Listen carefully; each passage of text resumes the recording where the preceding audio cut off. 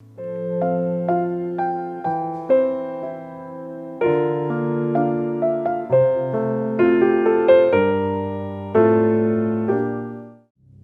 하나님의 영광을 선포하고 궁창이 그의 손으로 하신 일을 나타내는도다. 날은 날에게 말하고 밤은 밤에게 지식을 전하니 언어도 없고 말씀도 없으며 들리는 소리도 없으나 그의 소리가 온 땅에 통하고 그의 말씀이 세상 끝까지 이루도다. 하나님이 해를 위하여 하늘의 장막을 베푸셨도다. 해는 그의 신방에서 나오는 신랑과 같고 그의 길을 달리기 기뻐하는 장사 같아서 하늘 이 끝에서 나와서 하늘 저 끝까지 운행하며 그의 열기에서 피할 자가 없도다. 여호와의 율법은 완전하여 영혼을 소성시키며 여호와의 증거는 확실하여 우둔한 자를 지혜롭게 하며 여호와의 교훈은 정직하여 마음을 기쁘게 하고 여호와의 계명은 순결하여 눈을 밝게 하시도다.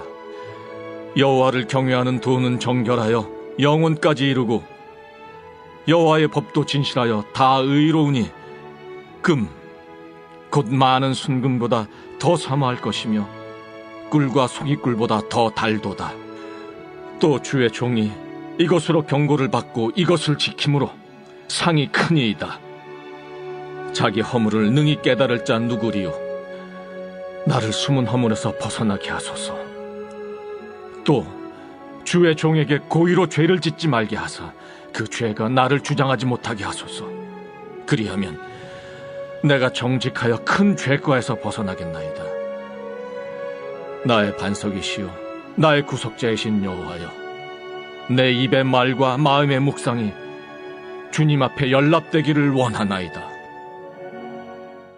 우리는 계속해서 영혼의 사운드 트랙 우리 시편 19편을 함께 보게 됩니다. 시편 19편의 주제는 말씀하시는 하나님이죠. 이 C.S. 루이스는 시편에 대한 묵상에서 시편 19편을 가리켜 모든 시편 가운데 가장 위대한 시편이요 전 세계에서 가장 아름다운 시다, 이렇게 표현하고 있습니다. 이 시편이 특별히 이 바울의 신학에 큰 영향을 미쳤는데 이 시편이 바로 로마서 1장의 핵심이고 또 10장의 핵심이기도 합니다. 이 대표적인 구절이 바로 로마서 1장 20절입니다. 우리 함께 읽을까요? 이 창세로부터 그의 보이지 아니하는 것들, 곧 그의 영원하신 능력과 신성이 그가 만드신 만물에 분명히 보여 알려졌나니 그러므로 그들이 핑계하지 못할지니라. 시편 19편의 핵심은 바로 하나님이 창조하신 이 물리적인 세계를 노래하고 있습니다. 하나님이 창조하신 이 세계가 하나님을 노래하고 있다. 하나님이 어떤 분인지를 모든 사람에게 알려주고 있다. 그리고 후반부는 성경이라는 하나님이 말씀하신 그 초자연적인 계시가 또한 모든 사람에게 핑계 없이 하나님을 알 수밖에 없게 한다. 두 가지예요. 그러니까 시편 19편의 전반부는 하나님이 지으신 창조 세계가 하나님을 알린다. 즉 하나님이 행하신 일들을 말하고 있고, 후반부는 하나님이 하시는 말씀, 곧 기록된 성경이 모든 사람들에게 하나님을 알리고 있다. 그래서 우리가 이 둘로 나눈다면 첫 번째는 하나님이 행하신 일들, 두 번째는 하나님이 하시는 말씀, 이 두 가지로 나눌 수 있습니다. 그래서 시편 19편의 1절은 이렇게 시작되죠. 하늘이 하나님의 영광을 선포하고 궁창이 그의 손으로 하신 일을 나타내는 도다. 이런 모든 사람은요, 이 하늘을 보면 밤의 하늘의 이 별들을 보면 다 감탄합니다. 그렇죠? 요 며칠 계속 굉장히 하늘이 맑지 않았습니까? 이게 1년에 몇 번 우리에게 주어지는 기회인가 싶을 정도로 너무나 공기도 깨끗하고 또 밤에 달도 그렇고 그동안 우리는 정말 너무나 아름다운 하늘을 누렸습니다. 돈 리차드슨이라는 세계적인 선교학자는 평생 전 세계에 있는 수많은 문화들과 그 인종들을 연구를 했는데 그는 놀라운 사실을 발견했어요.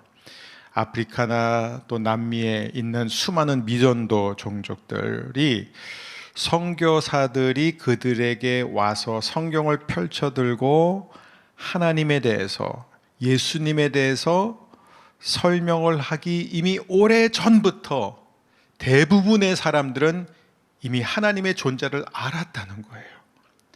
하나님이, 어떤 신이, 강력한 신이 이 천지를 창조하셨고, 그러나 인간이 하나님 앞에 불순종함으로 인해서 타락했다. 그래서 모든 인간에게는 구원자가 필요하다는 것을 대부분의 문화와 이 인종들이 알고 있었다는 거예요. 기다렸다는 것이죠. 이 시편 19편의 앞부분이 그 얘기를 하는 거예요.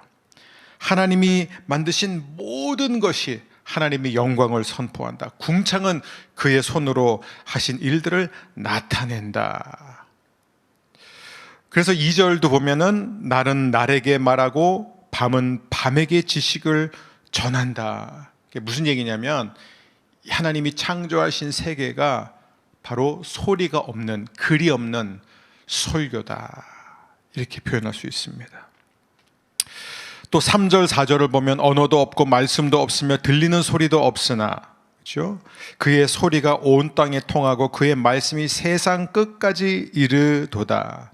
언어도 없고 말씀도 없으며 들리는 소리도 없다라는 것은 하나님이 직접 말씀하시지 않아도, 누군가가 그 말씀을 선포하지 않아도, 아무것도 안 들려도 그냥 우리 눈으로 볼 수 있는 자연 세계를 통해서도 우리는 얼마든지 하나님의 말씀을 들을 수 있다는 거예요. 그래서 우리가 정말 하나님과 친밀해지면 이 시편이 어떻게 끝나죠? 내 입의 모든 말과 내 마음의 묵상이 주께 연락되기를 원한다.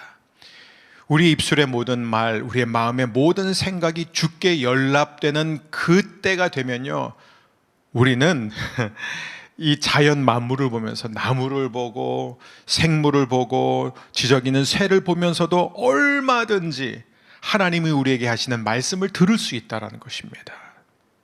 또 4절 후반부에서 5절을 보면 하나님이 해를 위하여 하늘의 장막을 베푸셨도다. 해는 그의 신방에서 나오는 신랑과 같고 그의 길을 달리기 기뻐하는 장사 같아서, 이 해, 태양을 얘기하고 있습니다. 태양을 얘기하고 있어요.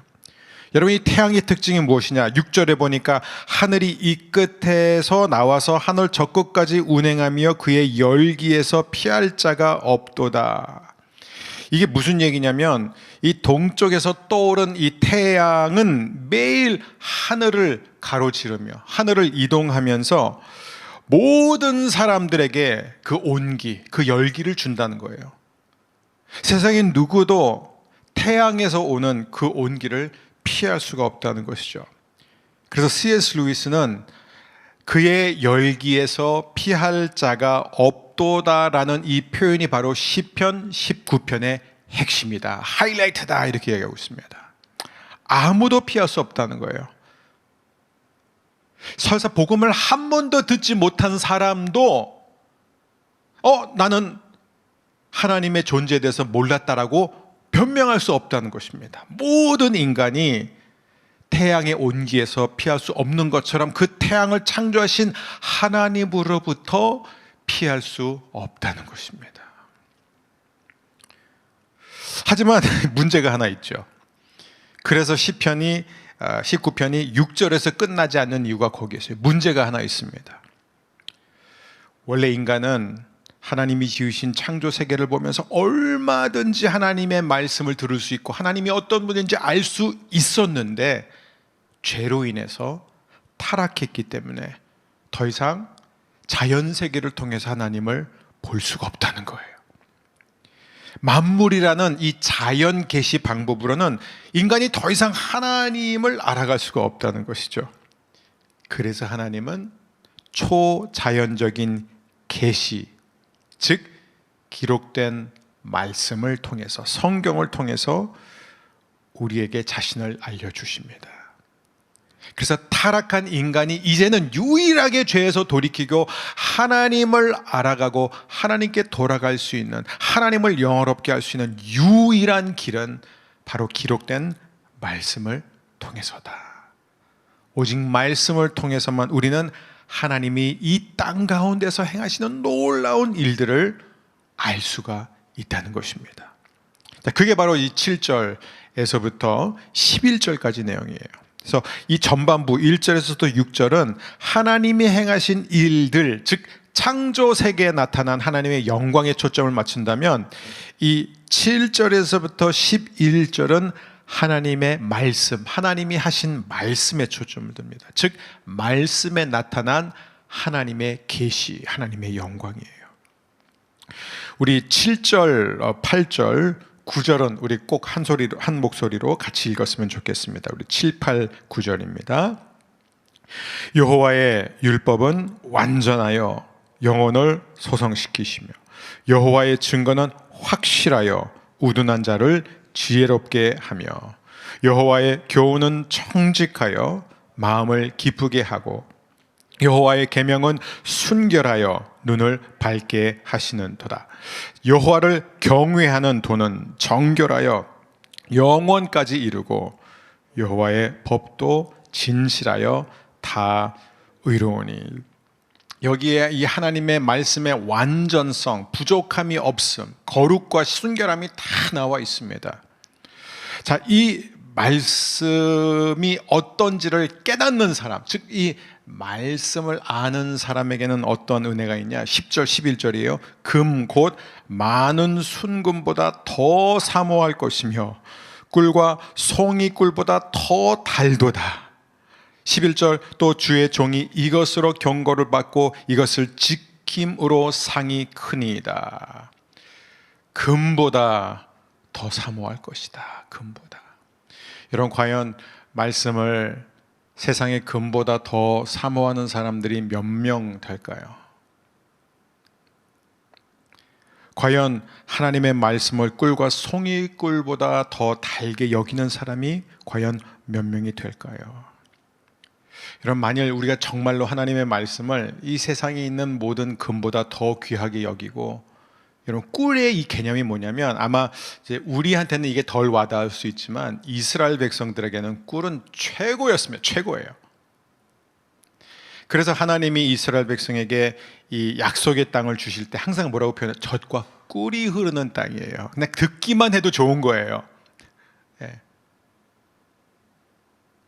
꿀은 그만큼 말하자면은 우리의 영적 허기를 충분히 만족시키는 그 놀라운, 단지 이것은 만족의 어떤 의미보다도 기쁨의 의미가 있습니다. 너무 기뻐하는 거예요.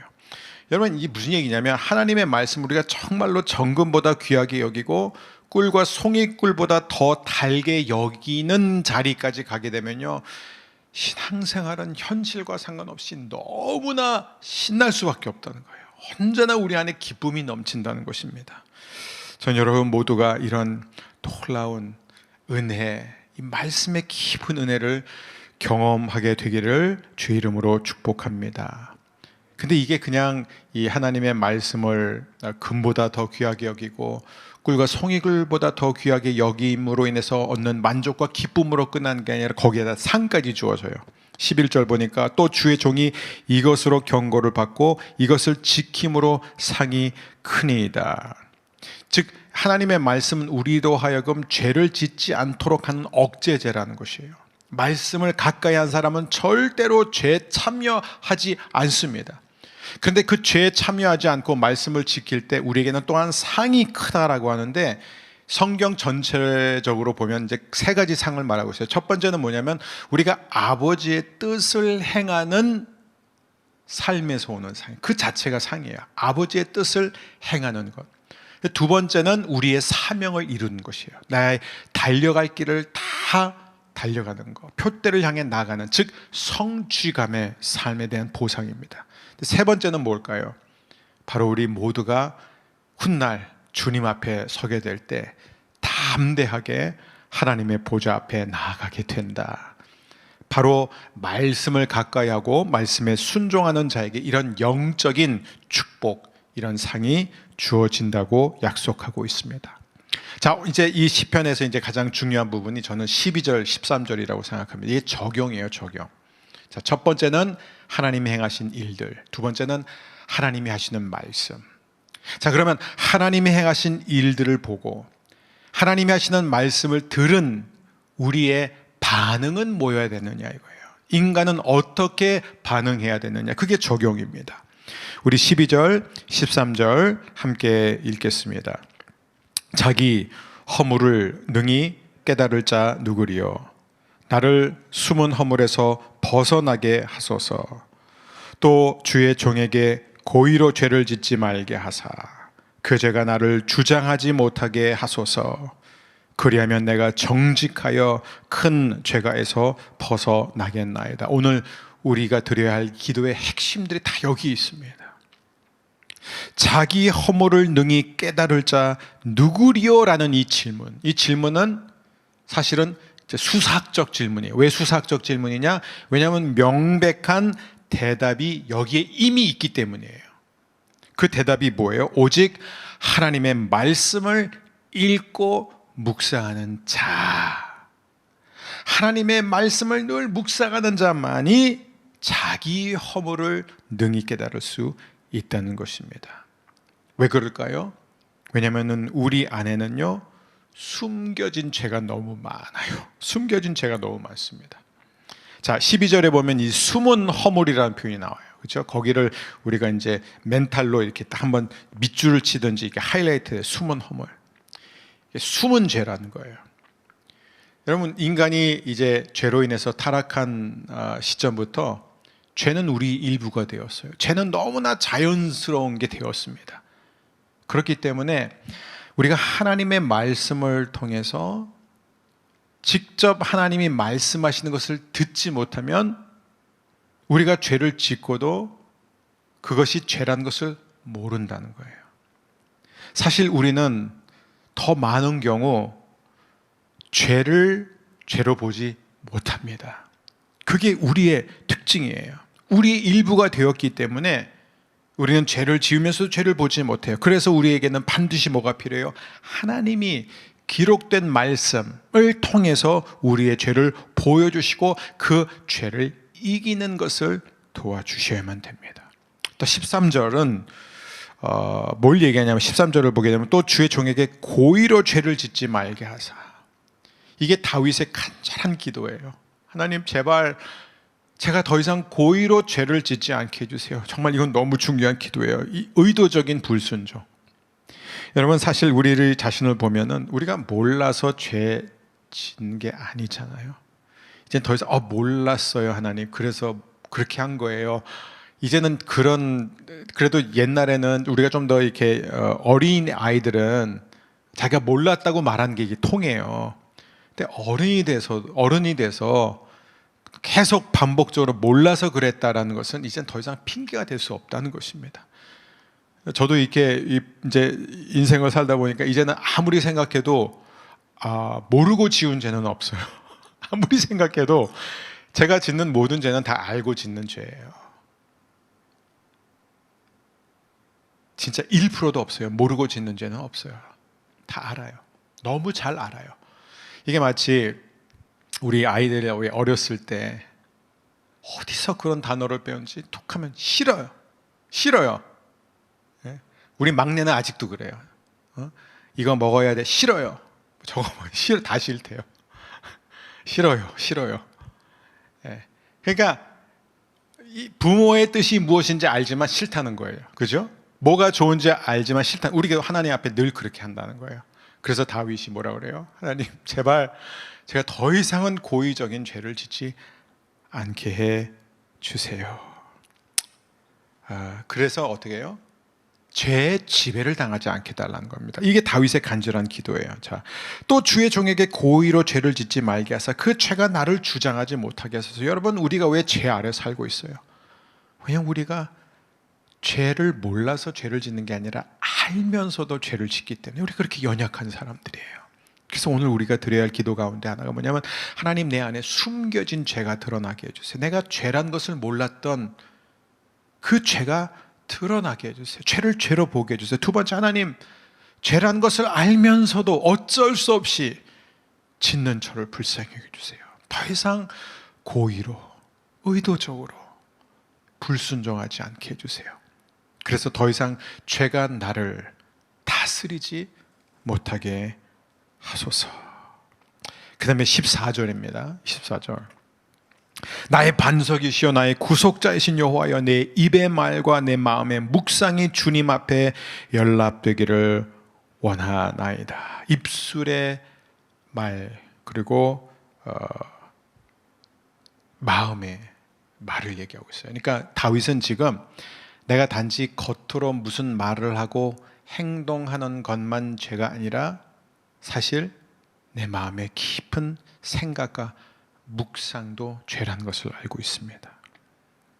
그래서 하나님은 우리에게서 드러난 말과 행동만 보시는 분이 아니라, 그죠? 예수님이 이 땅에 오셔서 계속해서 바리새인들과 종교 지도자들에게, 그리고 제자들에게 반복적으로 가르쳤던 게 그거예요. 그죠? 누구든지 마음으로 미워하면 이미 살인한 거예요. 마음으로 음욕을 품으면 이미 범죄한 거예요. 그렇죠? 왜냐하면 모든 죄가 우리의 마음에서 출발하기 때문이에요. 모든 목회자의 가장 큰 고민이 무엇이냐면, 얼마든지 사람들 앞에서는 말씀을 전하면서 거룩하게 살 수 있지만 그의 마음은 얼마든지 감출 수 있다는 거잖아요. 그래서 예레미야 말씀처럼, 여러분, 만물보다 가장 심히 부패하고 더러운 게 뭐예요? 인간의 마음이라는 거예요. 아마 저의 마음과 여러분의 마음이 지금 정말 우리가 어떤 투명함에 딱 넣어서 우리가 다 서로 볼 수 있으면 아마 아무도 교회 안 나올 거예요. 예? 그거 감출 수 없다면, 우리의 마음과 생각을 감출 수 없다면 아마 아무도 교회 나오지 못할 거예요. 너무 부끄러워서, 너무 창피해서. 다윗은 하나님 앞에 기도합니다. 하나님, 나의 가장 깊은 곳을 살펴주셔서 가장 깊은 곳에 숨어 있는 나의 죄가 드러나게 해주세요. 그리고 이것을 할 수 있는 것은 하나님의 말씀밖에 없는 거예요. 하나님의 말씀 외에는 어떤 것도 우리의 마음을 고칠 수 없습니다. 이 마틴 루터, 종교개혁가 마틴 루터가 이런 말을 했습니다. 성경은 살아있으며 내게 말을 건다. 그래서 이 시편 19편의 이 많은 설교 제목들을 보니까 뭐 하나님이 말씀을 걸다, 말을 건네시는 뭐 하나님, 뭐 이렇게 제목 잡은 게 많아요. 이게 마틴 루터의 표현에서 나와요. 성경은 살아있으면 내게 말을 건다. 그것은 발이 있어 나를 뒤쫓아 달려온다. 그것은 손이 있어 나를 꽉 쥐고 있다. 와, 이 루터에게는 진짜 하나님의 말씀이 실제였어요. 늘 자기가 어디를 가든지 계속해서 자기를 쫓아오고, 자기가 뭘 해도 손으로 말씀의 손이 그를 꽉 쥐고 있다는 거예요. 여러분, 축복합니다. 오늘 하루 종일 하나님의 말씀이 여러분에게 말을 건네실 것입니다. 하나님은 말씀하시는 하나님이에요. 여러분, 설교를 듣지 않고 성경을 펼쳐 들지 않아도 여러분 만나는 하나님의 창조물, 창조세계, 피조물을 통해서 하나님은 우리에게 끊임없이 말씀하신다는 거예요. 돌을 통해서도 말씀하세요. 그리고 하나님은 우리가 어디를 가든지 쫓아오십니다. 하나님은 오늘도 여러분을 끝까지 추적하실 것입니다. 이것이 공포가 아니라 축복이 되기를 바랍니다. 하나님의 손은 오늘도 여러분을 꽉 쥐고 계실 것입니다. 그래서 여러분으로 하여금 실족하지 않게 하실 것입니다. 그래서 우리의 마음의 묵상이 주께 연락되기를 원하나이다. 마음의 묵상이에요. 마음의 묵상. 여러분, 마음이 중요하잖아요. 그렇죠? 요즘 뭐 코로나 때문에 뭐 현장 예배를 드릴 수 없어서 너무 힘들다, 이해합니다. 정말 이해돼요. 근데 여러분, 우리 현장에 나와 계신 분들 앞에서는 이제 오해될 수 있는 그런 표현이지만, 여러분, 그럼 우리의 몸이 여기에 있으면 그게 예배입니까? 그건 아니잖아요. 물론 우리의 몸이 여기 와 있으면 예배에 더 집중할 수 있는 것은 맞습니다. 그런데 이 몸은 와 있는데 마음이 안 와 있을 때가 참 많아요. 그렇죠? 우리가 평소에 이제 코로나가 이제 터지니까 이 현장 예배가 얼마나 소중하고 가치 있고 아름다운지 우리가 이제 새삼 깨닫지만, 사실 코로나 전에는 사람들이 이 몸은 늘 현장에 왔지만 현장에 와서 처음부터 끝까지 예배 순서를 다 마치고 돌아가면 그게 예배입니까? 아니잖아요. 하나님 원하시는 것은 우리의 몸이 여기에 와 있는 게 아니라, 즉 몸만 와 있는 게 아니라 우리의 마음의 모든 생각이 주님께 연락되는 것입니다. 그러니까 예배를 드리면서도 계속해서 다른 생각하고, 오늘 만날 사람, 오늘 먹을 일, 오늘 해야 할 일들 걱정하고, 걱정, 근심과 염려를 다 가지고 만일 예배 드리고 그 상태에서 예배 자리를 뜬다면 그것은 예배가 아니잖아요. 우리는 현장 예배 나오기 전에 이렇게 또 열심히 옷도 깨끗한 것으로 갈아입고 화장도 하고 머리도 이렇게 단장하고, 그런데 우리가 그렇게 하지만 과연 우리는 얼마나 자주 예배 나오면서 우리의 마음을 준비하는지, 우리의 마음의 단장을 하는지 우리가 한번 돌아볼 필요가 있습니다. 저는 이제 우리 사랑하는 성도님들이 이 시편 19편을 묵상하면서 다윗을 한번 생각해 보면서 오늘 마무리했으면 좋겠습니다. 다윗은 이 성경에서 다윗에 대한 가장 명확한 표현이 뭐냐면, 하나님의 마음에 합한 자, 내 마음에 합한 자다. 이게 무슨 얘기죠? 다윗이야말로 날마다 하나님 앞에 내 입술의 모든 말과 나의 마음의 묵상이 주가 연락되기를 원하나이다 기도하면서 살았다는 거예요. 하나님, 오늘도 내 안에 숨겨진 죄를 보게 하시고 내가 더 이상 고의적으로 죄를 짓지 않게 주옵소서. 그리고 내가 죄를 짓기 전에 먼저 내 마음 깊은 곳에 뿌리 내린 불순종의 영을 제거하여 주옵소서.